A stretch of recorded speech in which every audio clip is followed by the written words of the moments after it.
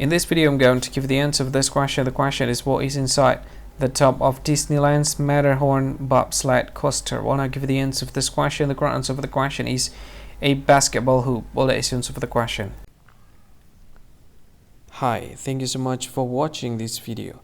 If you find this video is very useful, you can help this channel to grow by subscribing this channel.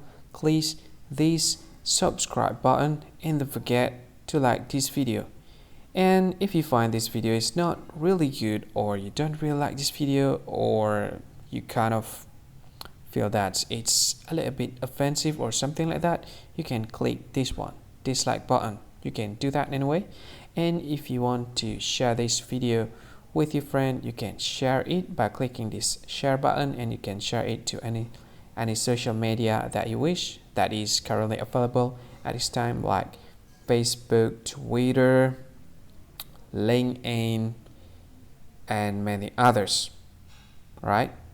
And if you want to add this video to your playlist, you can click this one. You can watch this video later, and you can find more options by clicking these three dots.